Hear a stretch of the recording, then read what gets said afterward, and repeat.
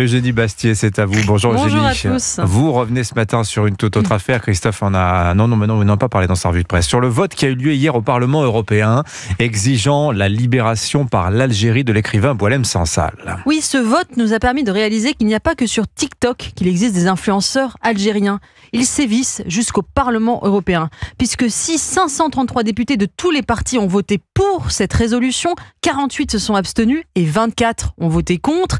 Et parmi ces derniers, qui on trouve bien sûr Rima Hassan, l'eurodéputée franco-palestinienne LFI, s'est prononcée contre la libération d'un de ses compatriotes pour prêter allégeance au régime dictatorial d'un pays où elle n'a aucune attache. Rima Hassan, qui a été accueillie en France avec toute sa famille à l'âge de 10 ans, n'a pas été capable d'un geste de patriotisme élémentaire. On aurait pu au moins attendre de la part de celle qui est décrite sur sa page Wikipédia comme une militante des droits humains, un peu de compassion pour un prisonnier politique. Alors, ça n'est pas la première fois que Rima Hassan prend ouvertement parti pour l'Algérie. Oui, il y a quelques mois, elle a affirmé sans rire que, je la cite, « la Mecque des révolutionnaires et de la liberté est et restera l'Algérie ». Des propos lunaires quand on sait qu'il y a des centaines de prisonniers politiques en Algérie où la liberté de la presse n'existe pas. Mais n'oublions pas que Rima Hassan se plaint elle-même d'être victime de censure en France. Or, si la France se comportait avec elle comme l'Algérie se comporte avec ses opposants, il y a longtemps qu'elle serait en prison. Cet été, elle s'est pavanée telle une star à la finale de la Coupe du Monde d'Algérie.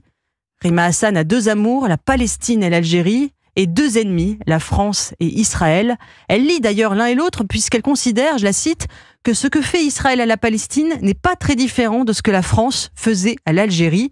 Tout comme les gauchistes des années 60 légitimaient le terrorisme du FLN pour contrer la France coloniale, elle soutient le Hamas contre Israël qu'elle considère comme un État colonial. Est-ce que la position de Rima Hassan est isolée à gauche ? Non, d'abord deux autres députés LFI ont voté contre cette résolution et deux autres se sont abstenus, Manon Aubry et Younous Omarji. Ils ne font là que suivre les directives de leur maître Mélenchon qui préfère ces dernières semaines critiquer la position de fermeté du gouvernement français que celle du gouvernement algérien. On parle de nos familles, a-t-il dit dans un discours enflammé à propos de l'Algérie. Pour l'extrême gauche, l'Algérie est l'emblème de la lutte tiers-mondiste et post-coloniale, et peu importe qu'il s'agisse d'une dictature croupissante.